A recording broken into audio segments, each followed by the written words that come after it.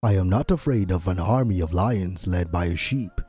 I am afraid of an army of sheep led by a lion.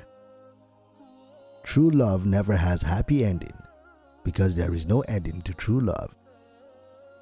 Without knowledge, skill cannot be focused. Without skill, strength cannot be brought to bear, and without strength, knowledge may not be applied. Through every generation of the human race, there has been a constant war, a war with fear.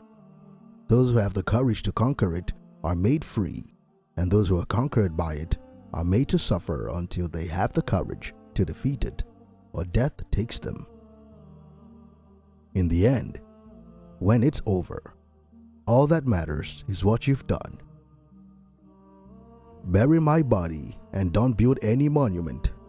Keep my hands out so the people know the one who won the world had nothing in hand when he died. There is nothing impossible to him who will try. Let us conduct ourselves so that all men wish to be our friends and all fear to be our enemies. With the right attitude, self-imposed limitations vanish. Toil and risk are the price of glory, but it is a lovely thing to live with courage and die living an everlasting fame. Remember, upon the conduct of each depends the fate of all. But truly, if I were not Alexander, I would be Diogenes. I am indebted to my father for living, but to my teacher for living well. Youths of the Pellaeans and of the Macedonians and of the Hellenic Amphictyony and of the Lacedaemonians are of Corinthians and of all Hellenic peoples. Join your fellow soldiers and entrust yourselves to meet so that we can move against the barbarians and liberate ourselves from the Persian bondage. For as Greeks, we should not be slaves to barbarians. There are so many worlds, and I have not yet conquered even one. Every light is not the sun. The end and object of conquest are to avoid doing the same thing as the conquered. There is something noble in hearing myself ill spoken of when I'm doing well. Now you fear punishment and beg for your lives, so I will let you free, if not for any other reason, so that you can see the difference between a Greek king and a barbarian tyrant. So do not expect to suffer any harm from me. A king does not kill messengers. I am involved in the land of the leonine and brave people, where every foot of the ground is like a well of steel. Confronting my soldier, you have brought only one son into the world, but everyone in this land can be called an Alexander.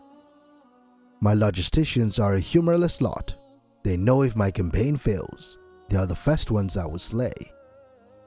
On their side, more men are standing, on ours, more will fight.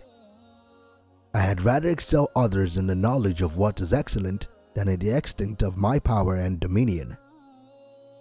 Sex and sleep alone make me conscious that I am mortal. Are you still to learn that the end and perfection of our victories is to avoid the vices and infirmities of those whom we subdue?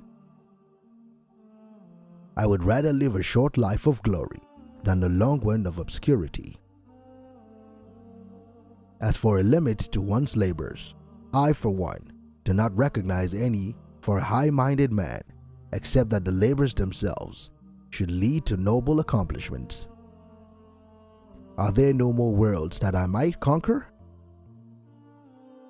I do not steal victory.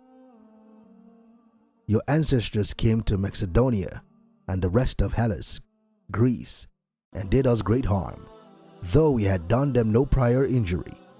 I have been appointed leader of the Greeks, and wanted to punish the Persians. I have come to Asia, which I took from you.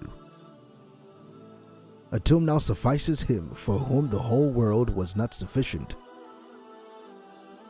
Holy shadows of the dead, I'm not to blame for your cruel and bitter fate, but the accursed rivalry, which brought sister nations and brother people to fight one another.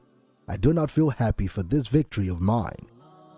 On the contrary, I will be glad, brothers, if I had all of you standing here next to me, since we're united by the same language, the same blood, and the same visions.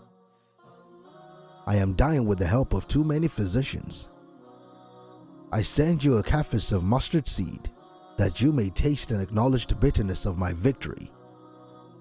Shall I pass and leave you lying there because of the expedition you led against Greece?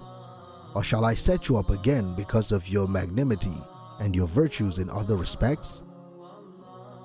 I consider not what Parmenio should receive, but what Alexander should give.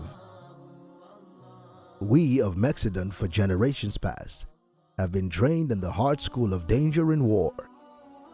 There are no more worlds to conquer. Do you not think it is a matter worthy of lamentation that when there is such a vast multitude of them worlds, we have not yet conquered one? I foresee a great funeral contest over me.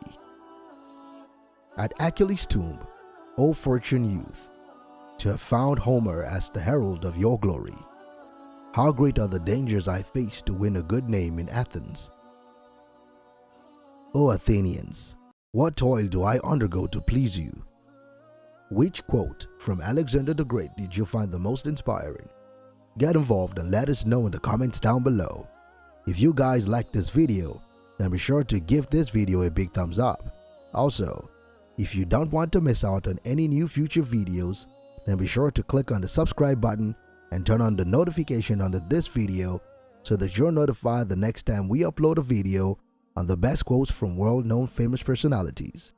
Thank you for watching, and we will see you again in the next video. Goodbye.